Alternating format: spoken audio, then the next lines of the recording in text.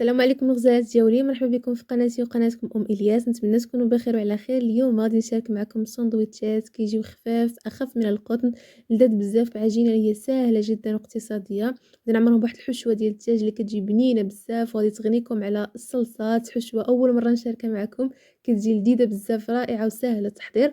ان شاء الله تعتمدوا عليها وتحضروا بزاف ديال الوصفات خلال شهر رمضان. تابع معايا الفيديو من الاول حتى الاخير، انا متاكده ان لا الحشوه لا السندويتشات بجوج غادي يعجبكم ان شاء الله. نبداو على بركه الله بالمقادير ان شاء الله.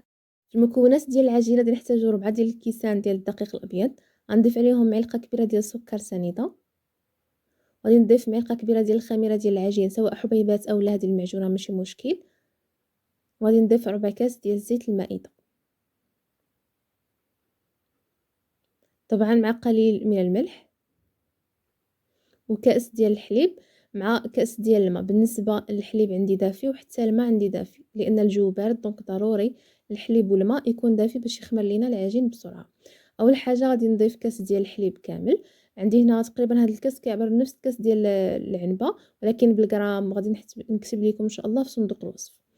غادي نجمع العجين ديالي بالماء، الا احتاجيت الماء غادي نزيد. بالنسبه للكميه ديال الماء انا احتاجيت كامل كاس ديال الماء وكاس ديال الحليب.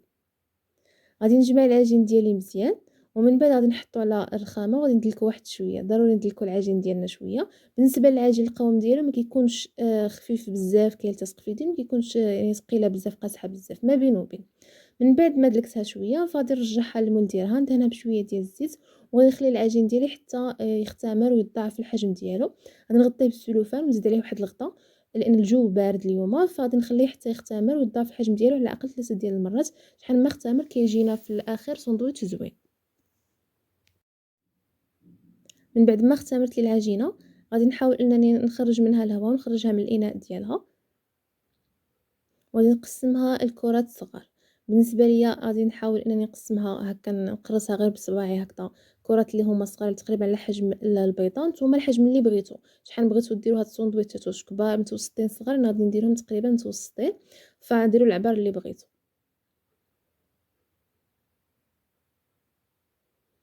غادي نستمر بحال هكذا حتى نكمل العجين كامل اللي عندي، ومن بعد مباشره البنات غادي نبداو باش نشكلوه على شكل ميني باغيت اولا سندويتشات صغار. غادي ناخذ شويه ديال الدقيق، غير نستعينوا غير بشويه ديال الدقيق، ما نكثروش بزاف غير باش ما يلتصقش لينا العجين ديالنا في التلاك. ومن بعد كنسرحوا واحد شويه، وعاد غادي نشكلوه على شكل سندويتشات صغار. كندور بحال هكذا وانا راخفه شويه، ما كنزيرش بزاف العجين، ومن بعد كنقرص العجين ديالي باش كينسدو من التحت كيف ما واضح في الفيديو.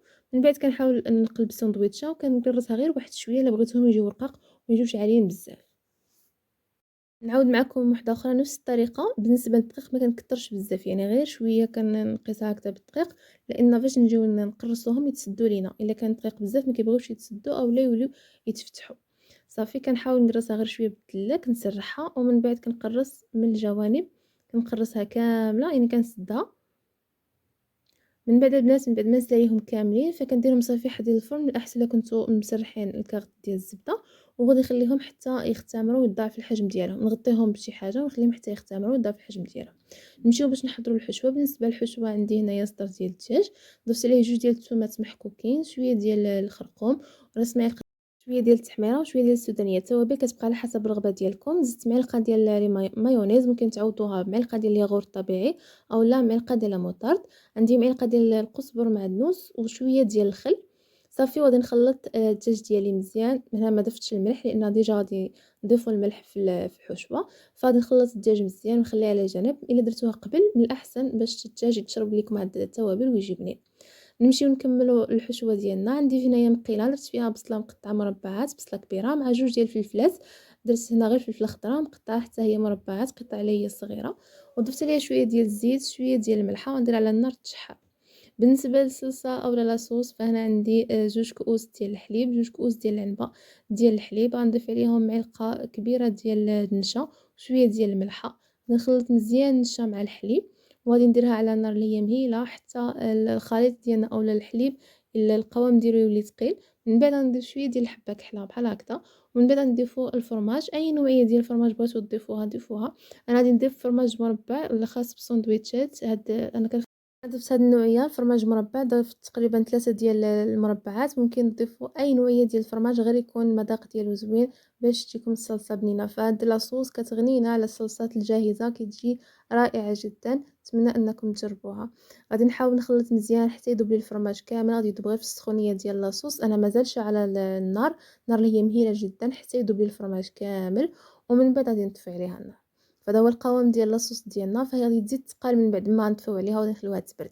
بالنسبه للخضره اللي درناها تقلى في المقيله، درت هنايا البصله والفلفله. فغادي نخليها حتى تشحر مزيان، وغادي نضيف عليها صدر ديال الدجاج اللي قومناه في الاول وخليناه يتشرب التوابل اللي درنا له. فغادي نشحر الدجاج مزيان على نار اللي هي مجهده باش الدجاج ما يطلقش لينا الماء ديالو. خص النار تكون مجهده باش غير يتشحر ويطيب ويجي طري، ما يجيش قاصح. فمن بعد ما تشحر لي الدجاج غادي نضيف الزيتون الاسود والاخضر. المهم ممكن تضيفوا غير الخضر، انا كانوا عندي صافي. الا كان عندكم ديروه، ما كانش عندكم كنستغناو عليه، ولكن كي الزيتون كيعطينا واحد الحموضه زوينه في الحشوه ديالنا. من بعد غادي نحاول انني نشحر الحشوه ديالي مزيان حتى طيب لي الدجاج وتشحر لي الحشوه. من بعد غادي نضيف عليه الصلصه او لاصوص اللي وجدنا قبل. غادي نخلطها مع هاد الحشوه. احسن حاجه هي هذه، يعني كتكون حشوه اللي هي سهله، ما تخليش كل حاجه بوحدها، كلشي مخلط في حاجه وحده. وتعمري الميني باغيت اللي عندك ولا السندويتشات ولا الخبيزات. حشوه سهله رائعه جدا بنينه بزاف، هي كتخلي الساندويتش ديالك ما كيجيش ناشف. من بعد ما فرغت الكميه كامله ديال لاصوص على الحشوه ديالي، فغادي نحاول نخلطها مزيان ونخليها على جنب، ونمشيو نشوفوا الخبيزات ديالنا اولا سندويتشات من بعد ما خمروا. ملاحظه، الا بقات لكم هاد لاصوص يعني بقات لكم، ديروها في الثلاجه وممكن تستعملوها. تقدميها مع لي فريت، تقدميها مع اي حاجه زوينه بزاف، كتبقى في الثلاجه 3 ايام كتبقى مزيانه، حتى المذاق ديالها راه زوين بزاف. بالنسبه للسندويتشات ديالنا من بعد ما خمروا، ضروري باش ينجحوا معكم السر هو انهم تخليهم يخمروا المره الاولى ويخمروا المره الثانيه، يخمروا مزيان مع ان الجو بارد، فنعطيهم الوقت ونغطيوهم نعطيهم الوقت الكافي. من بعد ما خمروا لينا، فانا خديت تقريبا غير شويه ديال الحليب، 4 كاس ديال الحليب. ونحاول غادي ندير لهم الحليب من الفوق كاملين وندخلهم للفران. الفران ديجا عندي سخون. بالنسبه للنار كنديرها غير من تحت، النار اللي هي متوسطه بحال كنطيبوا الخبز العادي. في الساعه كيطيبوا، في الساعه يتحمروا، ردوا معاهم البال لانهم كيكونوا خفاف بزاف وهشاش. ففي الساعه كيتحمروا ما كياخذوش لينا الوقت. من بعد ما كيطيبوا كنزلوهم من تحت باش يتحمروا لينا من الفوق، ياخذوا واحد اللوين ذهبي بسرعه، راهم كيتحمروا، ردوا معاهم البال البنات. غادي ندهنهم غير بالحليب من الفوق حتى الحليب كيعطي واحد اللون زوين لهاد السندويتشات ديالنا. من بعد ما طابوا خرجتهم، فهذا هو الشكل ديالهم، كيجيو رائعين جدا لذاذ بزاف. ممكن تعمروهم باي حشوه بغيتو، ممكن ديروا الكفته، ممكن ديروا العدد، اي حشوه بغيتو ديروا. المهم ان الوصفه ديال السندويتشات سهله جدا، يعني حتى العجينه راها اقتصاديه غير مكلفه. النصيحه اللي نعطي لكم هما تخليهم يخمروا، والعجينه تكون شويه مرخوفه، ما تكونش يعني قاصحه بزاف، وغادي يجيوكم زوينين وهشاش.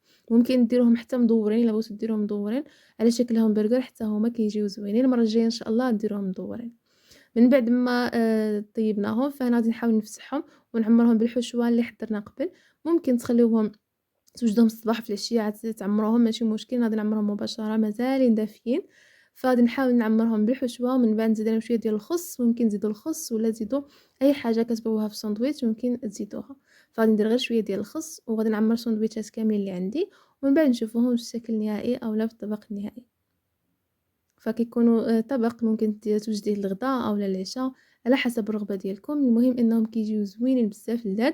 وحتى ممكن انكم تزيدوا فيهم الفرماج موتزاريلا، فرماج هكا محكوك، وتدخلهم ثاني للفران الا بغيتو يجي الفرماج دايب عليهم.